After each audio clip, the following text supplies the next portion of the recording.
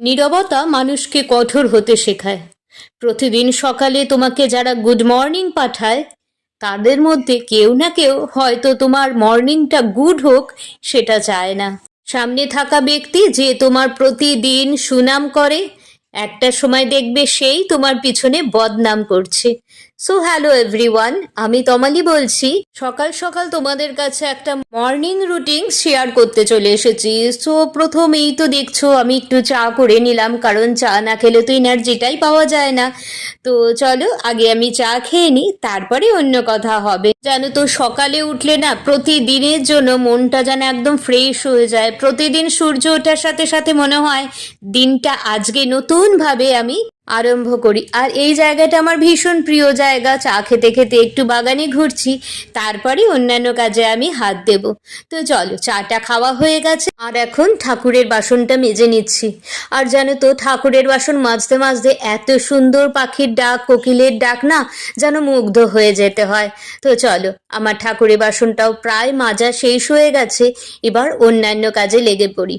ও হ্যাঁ, আজকে তো সানডে, আজকে তো কাজের শেষ নেই। বিভিন্ন রকম কাজ আজকে তোমাদের সাথে আমি যতটুকু পারবো শেয়ার করব। তো চলো, সকালের যেইটুকু কাজ আগে তোমাদের সাথে শেয়ার করি, নিশ্চয়ই তোমাদের ভালো লাগবে। তোমাদের সাথে কথা বলতে বলতে বাসন মাজা হয়ে গেছে। এবার বাসনগুলো না আমি একটু জল ঝরাতে দেবো, জানো তো, নইলে বড্ড জলের দাগ হয়ে যায়। ঠাকুরকে ওভাবে তো দেওয়া যায় না। আর চলো, এইগুলো সব কাজই মোটামুটি আমার কমপ্লিট।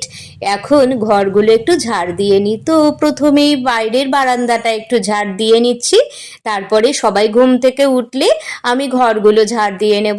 আর এই ঝাড় দিতে দিতে না এত সুন্দর ফুলের গন্ধ বেরোচ্ছে, মানে এখন তো বেল ফুল ফোটে, প্রচণ্ড গোলাপ ফুল ফোটে, এত সুন্দর বেল ফুলের গন্ধ না মুগ্ধ হয়ে যেতে হয়, জানো তো।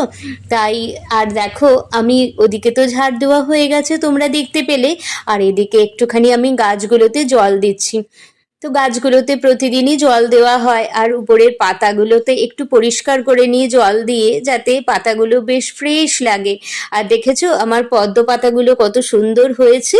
আচ্ছা, তোমাদের পদ্ম পাতায় খেতে ভালো লাগে? আমার না ভীষণ ভালো লাগে।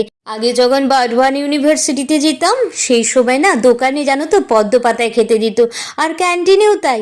আর এত ভালো লাগতো না আমার, না ওইটা দেখে প্রায় দিন মনে পড়ে যে পদ্ম পাতায় খেলে কেমন হয়। তো দেখো, আমি এই গাছগুলোতেও পরিষ্কার করে নিচ্ছি। আর ভিডিওটা বেশি বাড়ালাম না, যদি ভালো লাগে চ্যানেলটা সাবস্ক্রাইব করো, কেমন? টাটা।